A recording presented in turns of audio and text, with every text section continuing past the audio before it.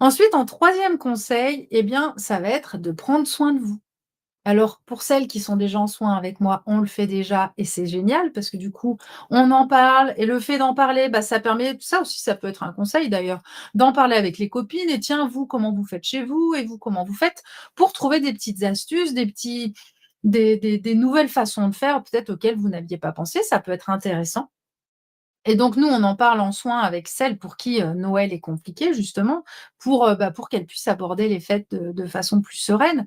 Et mais voilà, mais prenez des temps pour vous, en fait, puisque c'est un marathon, hein, Noël, hein. On a malgré tout, même si on le fait avec plaisir, c'est de l'anticipation, il faut faire les décos, on a envie de faire les décos, on a envie de faire les cadeaux, on a envie de faire à manger. Voilà, tout ça, ça prend du temps, ça prend de l'énergie, même quand on le fait avec plaisir. Donc en fait, c'est important aussi d'arriver à vous prendre des moments de pause, des moments, bah, d'aller vous faire masser, des moments d'aller respirer, des moments de que ce soit pas quoi, juste, boulot, au lieu que ce soit boulot, métro, dodo, c'est boulot, Noël, métro, dodo. Non, faut pas que ça devienne une contrainte et il faut aussi pouvoir vous recharger. Donc trouver des moments tranquilles, des moments de pause, voilà, des petits moments devant la télé, à regarder les téléfilms de Noël qui font du bien. Moi, j'adore. J'adore ça. Je trouve que justement, on retrouve ce côté féerique, festif et voilà, enfin moi, ça me donne clairement envie après de reproduire à la façon dont ils voient Noël et je trouve ça très porteur.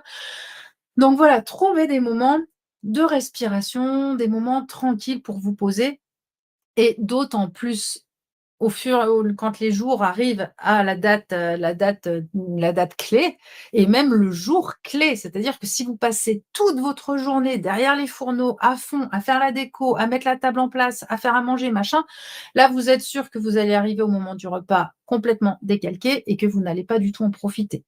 Donc, plus vous vous rapprochez de la date fatidique, plus vous devez vous accorder des moments de pause. C'est indispensable, indispensable.